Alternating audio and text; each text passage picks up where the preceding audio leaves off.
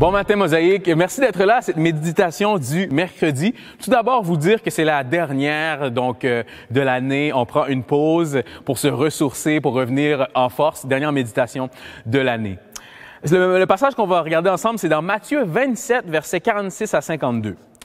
Vers 3 heures, Jésus cria d'une voix forte, « Élie, Élie, lama sabachthani », ce qui veut dire « Mon Dieu, pourquoi m'as-tu abandonné ?» En entendant ces paroles, certains de ceux qui étaient là s'exclamaient « Il appelle Élie ?»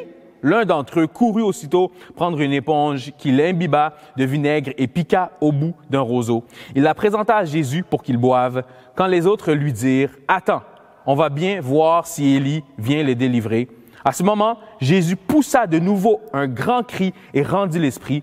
Et voici qu'au même instant, le rideau du temple se déchira en deux, de haut en bas. La terre trembla, les rochers se fendirent. Et verset 52, c'est le verset qu'on va regarder ensemble. Des tombes s'ouvrirent et les corps de beaucoup d'hommes et de femmes fidèles à Dieu qui étaient morts ressuscitèrent. Je répète le verset. Des tombes s'ouvrirent et les corps de beaucoup d'hommes et de femmes fidèles à Dieu qui étaient morts ressuscitèrent. Là, ici, on est confronté à justement le Jésus qui est sur la croix. C'est proche de sa mort. On l'humilie, on rit de lui. D'autres sont spectateurs. Mais il y a une situation, un verset où c'est fou, où on voit une situation assez particulière, ce qui est des gens qui étaient des fidèles à Dieu, se ressuscitent, reviennent à la vie et marchent comme ça, retournent dans la ville. Spécial comme histoire, et c'est un peu particulier. Moi, en lisant ça, il y a des parties de moi qui se disaient « Wow, c'est particulier, c'est drôle un peu ».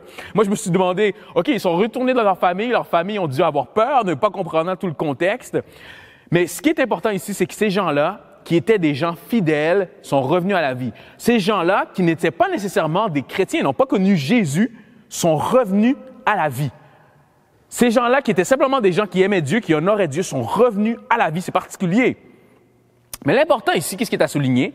Parce qu'on souligne leur fidélité. On souligne que c'était des gens qui étaient fidèles envers Dieu. Ta fidélité envers Dieu vaut beaucoup plus que tu le penses.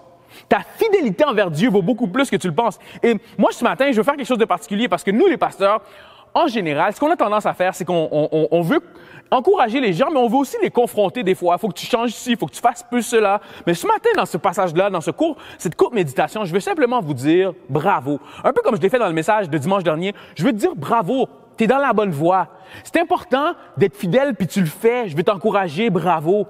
Bravo à toi qui aspire à être fidèle, qui l'est, puis qui continue de le faire.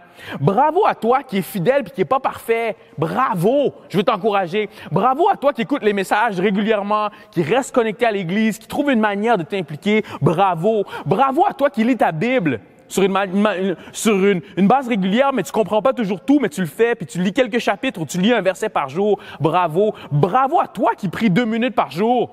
Bravo! Bravo à toi qui es fidèle envers ton mari, envers ton épouse. Bravo! Bravo à toi qui es un père selon le cœur de Dieu. Bravo! Bravo à toi qui es une mère selon le cœur de Dieu. Bravo à toi qui es célibataire puis tu te gardes pour Dieu. Tu gardes tes yeux, tu gardes ton cœur. Bravo à toi qui donne régulièrement sur une base régulière. Bravo à toi qui t'implique. Tu as participé au panier de Noël. Bravo! Bravo à toi qui es fidèle. Lorsqu'on va revoir Jésus, qu'est-ce qu'il va nous dire?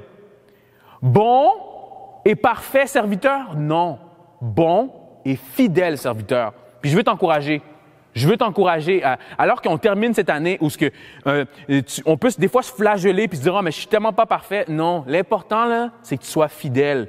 Puis moi, ce passage-là était pour moi. Combien de fois, moi-même, en tant que pasteur, je me compare à d'autres? Où j'essaie d'imaginer comment est la vie de prière, comment est la vie de sanctification d'autres. Mais ça m'a dit « Hey, Emmanuel, l'important, c'est que tu sois fidèle. » Ça fait 11 ans que je suis marié à la même femme, je suis fidèle. Ça m'arrive des jours où je lis pas ma Bible, mais en général, je suis fidèle. En général, j'ai une vie de prière. Je suis pas parfait, vous êtes pas parfait, mais l'important, c'est que tu sois fidèle. Que cette histoire-là, ce bribe après la résurrection de Jésus soit une inspiration pour nous, de dire l'important, c'est que tu sois fidèle. Tu ne seras jamais parfait, tu pourras jamais à côté de Jésus, mais l'important, c'est que tu sois fidèle. Que Dieu vous bénisse. Bonne semaine à vous. On prend une pause des méditations du mercredi, mais on se voit déjà pour dimanche prochain. Bonne semaine à vous.